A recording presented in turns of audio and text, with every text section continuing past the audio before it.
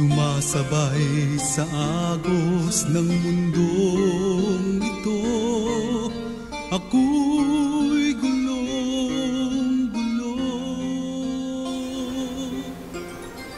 Tuburan sa panalangin, kini nga programa gimugna sa East Coast Gospel Mission, alas 6 hangtod alas 6:30 matag adlaw, aron ikaw matabangan nga maangkon ang tinuod nga kalipay, katagbawan ug kasiguruhan sa kinabuhi, ug nga kahatagan sa kasulbaran ang naghingapin nga mga kabalaka, problema, mga pangutana nga sa dugay ng panahon nakahasol pag-ayo kanimo. Busa paminaw ug sa Dios ikaw panalanginan. Dalaygon ang Dios sa kabuntagon karon, gitugot na usab niya kanato nga makapadayon kita sa atong buluhaton. Magatugyan kita diha sa Ginoo pinaagi sa pag-ampo. Amahan ug Dios nga langit no, nagapasalamat kami sa oportunidad nga gihatag na usab nimo kanamong tanan nga makabasa kami, makapamalandong sa pipila lamang kagutlo mahitungod og Dios sa imong pulong o uban ni Ginoo ang pagtuon, pagpamalandong karon hangtod matapos kini. Pinaagi sa imong grasya, sa imong kaluoy, itugot o Dios ang imong pagpanalangin. Alang atos matag-usa, nagapaminaw karon diya sa ilang panimalay, diya sa ilang tagsa-tagsa ka mga radyo, o sa mga matag listener, mga Facebook friends, naga-follow karon nga kabuntagon. Kini akong gitugyan, o ba ang pagpasalamat diya kanimo. In Jesus' name, Amen. Padayon kita sa pag-hitgot sa ato ang na sugdan sa pagtanaw. This time, magatuto kita about sa pag-manage sa ato ang mga kasuko, no? Anger management. Tungod kay kita, masuko manggayod, kinahanglan ang atong mga kasuko, kinahanglan ma-manage, no? Mabantayan o tama ang pagpakita nato or sa paghatag nato og mga aksyones may tungod panahon nga kasuko kita, no? So mao kana siya atong padayonon sa pagtan-aw niini karong nga higayon, may tungod niini nga maong butang. Sumala pa sa pulong sa Ginoo nga ato nga matun-an o padayon nga magatun-an karon. Now, higala ato nga hinumdumon nga ang pulong sa Ginoo daghan kayo, dato kayo mga pagtulunan mahitungod diining maong butang. As we continue on sa pagtuon about managing our anger, part 5, anger management. Now, as Christian, as believer, we are naturally transforming into Christ likeness from day to day through the working of the Holy Spirit in our lives. Atong ipa-remind, atong pahinumduman ang atong mga kaugalingon nga bisan asa kita mo anton ing kalibutan na ang ato nga kinabuhi gusto sa Dios nga iyahang i-transform. Actually, ang transformation nag-start na the moment nga katong tugyan kita sa Ginoo sa ato ang mga kinabuhi o nagapadayon kini sa pag-transform hangtod karon o hangtod sa katapusan until the last day nga mobalik ang Ginoo sa pagkuha kanato. Ha?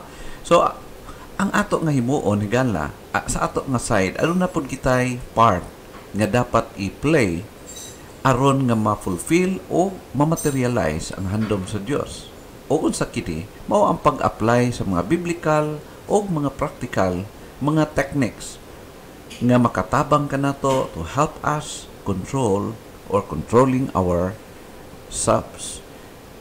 Ang pulong apply. I-apply na to ang mga biblikanhon o mga practical nga mga techniques nga makatabang kanato may tungod diini. Adunay at least siya nga akong ihatag karon nga buntag. Una, avoid frustrating situations by noting where you got angry in the past. No? Timan-an to. Ato nga i-recall or atong timan-an, ilista atong timan-an kung unsa man tong butang nga nakapasuko kanako sa milabay nga mga higayon, no? So, try to evaluate. Atong tan-awon tungod kay makatabang ka na aron ma-remind na to atong kaugalingon nga na-lose control na iko o kailangan ma-develop. In fact, ang pulong sa Ginoo nagaingon sa Matthew chapter 26 verse 41, nagaingon ang pulong sa Dios, watch and pray that ye enter not into temptation. The spirit indeed is willing, but the flesh is weak. No? Mao kana siya. Ang pulong ato makitas hint na to din, hint na to is watch and pray.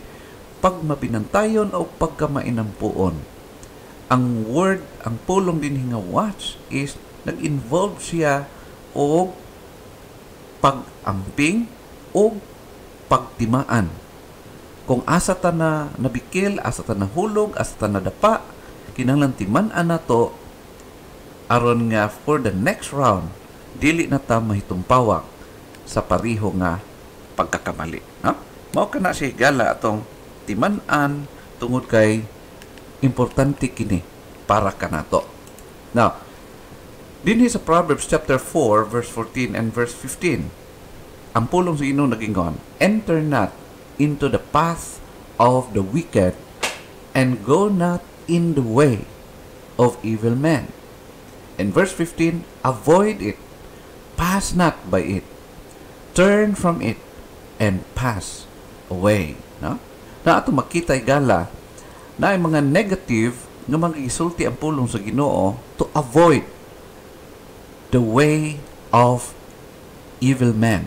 Ang buot pa sa butigala, mga pamaagi, wrong ways, wrong procedures, wrong lifestyles, or any ideas nga dili muhaom diha sa balaan nga kabubuton sa Ginoo, we need to avoid.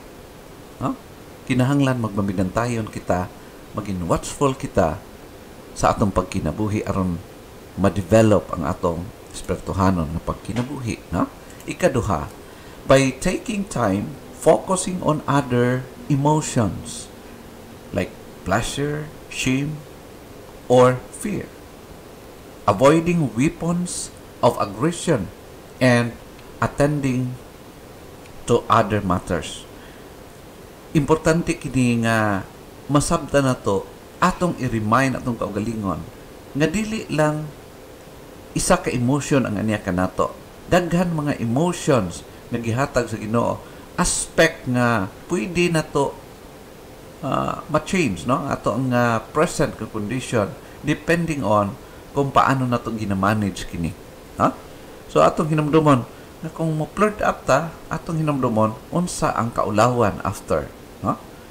O dapat unsa ang mga butang nga posible magakahitabo kung atong mabuhian kana nga mao nga kinaiya. Ingon sa pulong sa Ginoo sa Philippians chapter 4 verse 8, common passage ingon, finally, brethren, whatsoever things are true, whatsoever things are honest, whatsoever things are just, whatsoever things are pure, whatsoever things are lovely, whatsoever things are of good report, if there be any virtue, if there be any praise, think on these things. So ato makita igala nga kahilangan o importante para kanato nga maka-focus kita kung unsa ang tama, no? Dili ta mag-focus kung nasuko kita dito ra puta naga-focus. Let's focus sa uban nga aspeto, mga sitwasyon sa atong kinabuhi in order nga dili kita madominar sa ato nga mga kasuko. Another one is we need to respond, or we have to respond calmly to an aggressor with empathy or mild up unprovocative comments or with no response at all. Dili dayon mo react, no? Panahon nga naay event, pause for a moment, ginhawag lawom dayon ampo, no? Of course mo kana siya importante ang pag-ampo o magmahinahon, no? O ato hinumdumon na kung dili ka sure sa imuhang himuon nga response or any reaction, much better nga wala lang sa, no? Wala lang sa kahimuon. Just pause for a moment. Now, according sa Proverbs chapter 15 verse 1, ingon pa, a soft answer turneth away wrath, but grievous words stir up anger. Ato na makita gala bisan asa sa ato nga sa atong panahon, sa atong lugar, o bisan asa kita makaadto nga lugar, makita nato kini nga bisan wala gamay way hinungdan nga mga bikil pag ang grabe nga mga words manggawas sa baba, makapasuko, silaob sa kapungot, ay mo na hinungdan nga bisan gamay lang problema, mudako, no? Pero ingon ang pulong sa Ginoo, a soft answer turneth away wrath. Bisan pagsuko kay tao, once nga ang imuhang nga respond, ang imuhang nga buhian, either pulong or imong actions, makapapalong sa kasuko ni bisan kinsa pagdili nimo hinuon pasamuton, no? Mao kana siya gala. Another one is number 4, if angry, concentrate on the undesirable consequences of becoming aggressive, no? So mao kana siya kung panahon na suko kita, dapat pod hunaw-naon nato unsa ang posible nga mga undesirable consequences result kung buhian nato ang ato ang emosyon. Of course, pag masuko ta, gusto ta masatisfy ta, no? Gusto ta matagbaw ta sa atong gibati, ma-unload ang nagpuot nato nga mga kasing-kasing. Human as we are, mao kana ang realidad. Pero ato makita nga makatabang di ay nga ato pod hunaon unsa ang possible consequences or mga undesirable consequences or result, epekto kung atong buhian to the max ang atong mga emotion. Now, according sa Psalm chapter 37 verse 8, ingon ang pulong sa Dios, cease from anger and forsake wrath. Fret not thyself in any wise to do evil. So ato makita dinhi nga ang panambagon both in the Old Testament and in the New Testament naagay mga tambag, pag-rebuke, pag-correct, pag-challenge ka nato, positive and negative na mga pag-challenge ka nato in order na ma-forsake nato, ma-eliminate, ma-minimize ang atong pagka-aggressive, no? Panahon sa atong kapungot o sa atong kasuko, no? Mao kana siya gala. Di lang kana ika-5 nga butang. Consider the circumstances and try to understand the motives or viewpoint of the other person. Ang problema man gud nato igala mao kini siya, no? To be dili nato isipon nato nga kitang tanan gisultian niini. Tanan kita. Nobody is exempted. Ang tendency man gud nato is ang ato lang viewpoint, ang atong i-consider unya tama para bagid tanan. Now, mao na hinungdan nga bisan sa unsa nga klase ng mga sitwasyon, gusto kang ang imong gusto ang masunod. Thinking nga ikaw ang tama. Pero, ang challenge kanato karon is that reconsider the circumstances and try to understand the motives or, shall we say, viewpoint of the other person. Basi, wa lang ka nakasabot. Uy, ngano man ni siya, ngano man ni nga may gibuhat, nga grabe naman eh. Try to give chance. Understand. Tanawa ang sitwasyon o niya pampaniid sa, no? Instead of giving any bad or negative comments. Negative reactions. Now, hinumdum mo na ito igala, nga dili sa tanang panahon nga pwede na ito himuon, bisan pag moingon ta nga tama ang atong himuon, pero kung dili na tama sa panahon, dili gyapon na siya mo fit in. So we need to reconsider. Nay usahay panahon na mga tao nga nagsulti ka nato, nasuko, usahay ma-misunderstand, underestimate na to ang iyang mga actions, ang iyang gipangsulti, pero later on masabtan nimo nga naa day siya point, no? So ang point din is kinahanglan maging fair kita, not only nga atong sarili lang atong tan-aw nga tama, but we need to consider also sa uban. Ingon pampulong sa Philippians chapter 2 verse 3, let nothing be done through strife or vain glory, but in lowliness of mind let each esteem other better than themselves. Usahay manggod ng atong ginahimo, taas kay ang tingin nato sa sarili, no? Masyadong mataas ang tingin sa sarili. Mo na ingon ni Apostol Pablo na ayaw palabi, no? Ayaw palabi.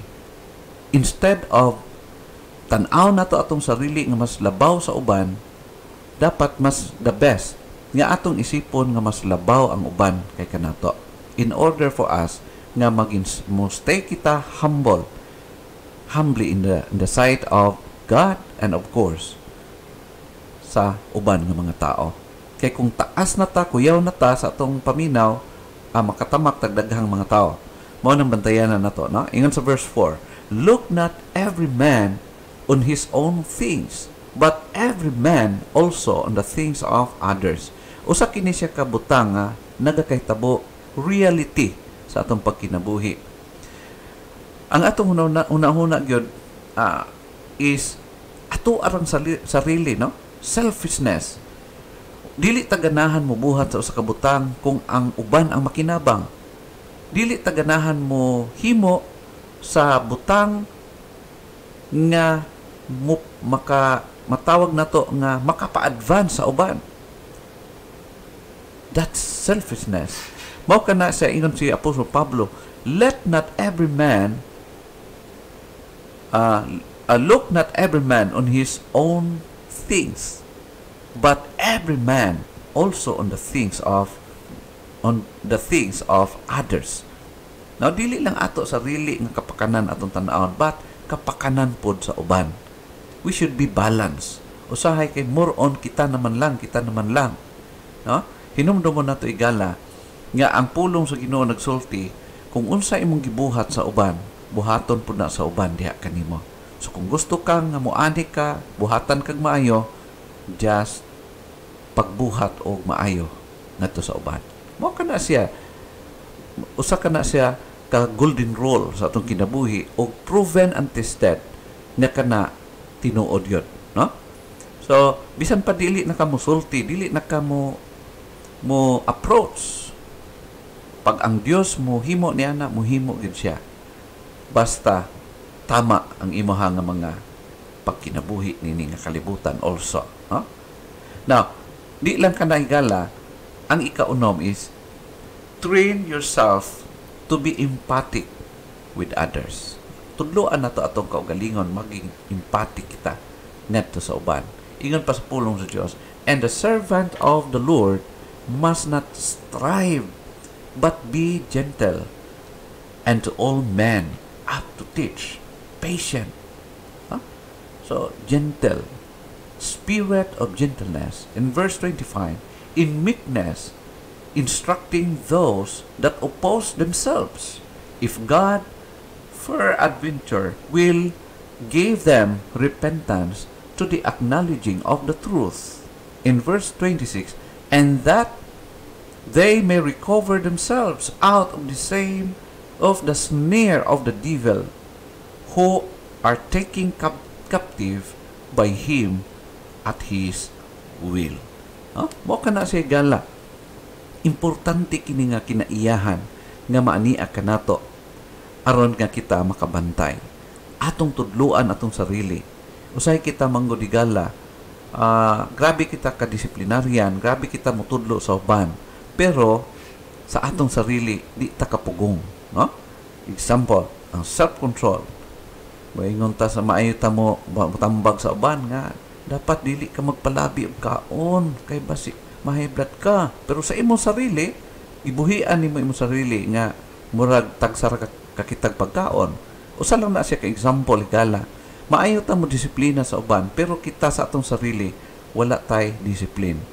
Ang much better kung disiplinahon nato atong sarili una, Then next, ngadto sa uban, no? Istrikto ta sa atong sarili, pagdisiplina sa atong sarili, nya dili ta sobra ka istrikto sa uban. Mao kana siya ang usa nga butang itudlo. Now, number 7 is be tolerant of human weakness. Mao kini siya, dili ta sobra ka strikto. Kay kabalo kay gala, pari ang atong kimtangan sa tubangan sa Dios, all of us, we are called sinners in the sight of God. Walay usa ka nato nga matawag nato nga lamang makasasala kitang tanan, pero dili kay ang Ginoo nagdeal ka nato, dili niya kita gidil nga grabe gyud ka strikto. In fact, gihatag sa Dios kanato to the max ang iyang pasensya, ang iyang paghatag kanato og tsansa nga makaamgo o makamata sa atong mga kahimtangan. Wala ta dayon gipang silutan, kay kung sa dihang makasala ta ang silutan ta sa Ginoo, wala nay nabilin na tao sa kalibutan. Wala nay nisanay pagkasala sa tao sa una. At makita igala nga ang Dios nagpakita ni ana nga klase nga maong kinaiyahan. Not only that, 8, be forgiving. Mao kini importante pod, no? Be forgiving. Kay na may mga panahon nga ang uban makasala kanato, no? Ask yourself if you haven't done something as bad. Usahay manggod, pag na ang uban nakakamali sa atoa, usahay mura na tag ka ng perfect pod ba nga wa pud ta nakasala sa uban. So hinumdum na to igala nga kuan lang na siya. Na mga panahon nga ang uban maka-offend ka nato, napoy panahon nga kita consciously or unconsciously maka-offend pud ta sa uban. So just be forgiving. Kung nakasayop ang uban ka nato, forgive them. Moingon siguro kita, unsaon pag forgive nako nga wa man pud siya nangayag sorry. Sige na lang kung di siya mangayag sorry. I-forgive na lang siya, bahala ko siya nangayag sorry, ayaw pagdumot, no? Usay kita man na natog kawayan lagi. So kalimti na siya nga kinaiya. So tagaan na to og chance ang uban nga magkamali sa toa. O katapusan, follow the great lesson of mankind, to do as we would be done by. So mao kana siya gala. Unsa ingon sa Matthew chapter 7 verse number 12. Therefore, all things whatsoever you would that men should do to you, do ye even so to them, for this is the law and the prophets. So mao kana siya gala. Ang challenge sa pulong sa Ginoo, sundo na to unsa ang tama mga examples nga nag-una ka nato, mga alagad sa Dios in the past. Unsa ilang na-experience, paano lagi endure, paano sila nagkinabuhi, nag-react, nag-response sa mga circumstances, situations in life na kanila. So, nakuangta, no? Gina-appreciate nato, na nakita nato ang mga ehemplo sa nag-una ka nato. I-bless sila, sa dihan sila nagbuhat sa tama. O ginabadlong sila sa Ginoo, gina-check sila, panahon pod na mali ang ilang mga reactions. So, dili lahi nga God ang atong gialagad karon kaysa ilahang God. We have the same God. So, kung gi-bless sila sa una, mao pod na gihapon karon. The only thing we need to carefully follow sa ilang mga examples nga gipakita kanato based sa pulong sa Ginoo. I hope and I pray higala nga ang pulong sa Dios nagahatag og dugang pag-challenge, pagdasig kaninyo o kanatong tanan. Kita giingnan sa pulong sa Ginoo aron nga mo-grow kita o ma-develop ang atong espirituhanong kinabuhi o ma-develop ang atong mga kinaiyahan toward niini nga kalibutan nga hiwi o wala makaila sa Ginoo. Higala ang challenge sa pulong sa Ginoo, hinaot kini adunay impact sa atong mga kasing-kasing. Daghang salamat o ang Dios magapanalangin kanatong tanan.